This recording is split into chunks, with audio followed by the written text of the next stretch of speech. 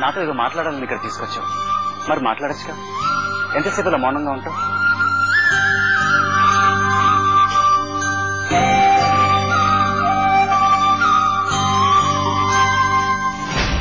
నేను ఈ నాటకం ఆడలేకపోతున్నాను నీరజ్.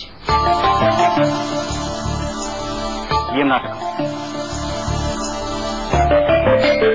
ఎప్పుడో తెగిపోయిన బంధాలు ఇంకా సజీవంగా ఉన్నట్టు నటించడం నా వల్ల కావడం లేదు.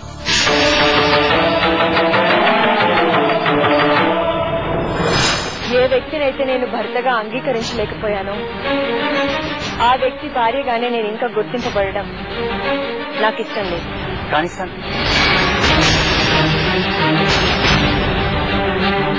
ఆ పెద్దయిన కోసం అలా చేయక తప్పట్లేదని నువ్వు అంటావు. నేను నిన్ను అడగాలనుకుంది అదే. ఎవరి కోసం మనం ఎందుకు అలా బతకాలి? మన మధ్య ఉన్న బంధాన్ని మనం ఎందుకు దాచిపెట్టాలి? ఇది నాకు ఎంత కష్టంగా ఉందో తెలుసా?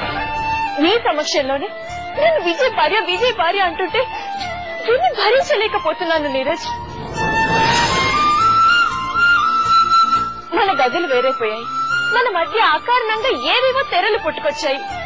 ఆఖరికి మన గదిలో ఉన్న నీ ఫోటోలు కూడా తొలగింపబడ్డాయి. ఏం నీరజ్ ఇదంతా?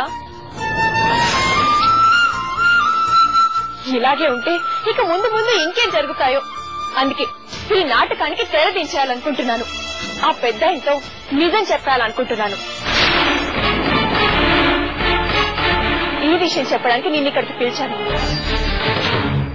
భర్తతో మనసారా మాట్లాడడానికి కూడా చాటు మాట వెతుక్కోవాల్సిన దౌర్భాగ్యపు స్థితి నాది. నువ్వు చెప్పాలనుకుందంత అయిపోయిందా?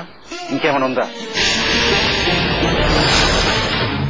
ఒక్కసారి మాటిచ్చాక దానికి కట్టుబడి ఉండడం మంచి లక్షణం. తాతయ్య గారు ఇక్కడ ఉన్నంత వరకు మనం ఇలాగే ఉండాలి, ఉండి తీరాలి. ఆయన ఇక్కడి నుంచి వెళ్లేంత వరకు మనకి ఎన్ని కష్ట నష్టాలు వచ్చినా ఓర్చుకోక తప్పదు. ఒకవేళ ఆయన ఎప్పటికీ వెళ్ళకపోతే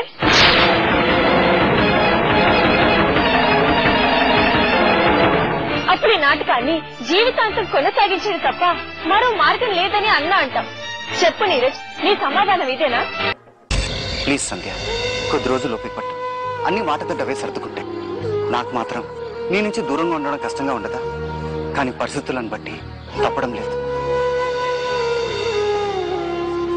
ఒక విధంగా ఇందులో కూడా ఓ మజా ఉంది. మనం ఇలా చాటుమాటుగా కలుసుకోవడం, కబుర్లు చెప్పుకోవడం థ్రిల్లింగ్గా లేదు?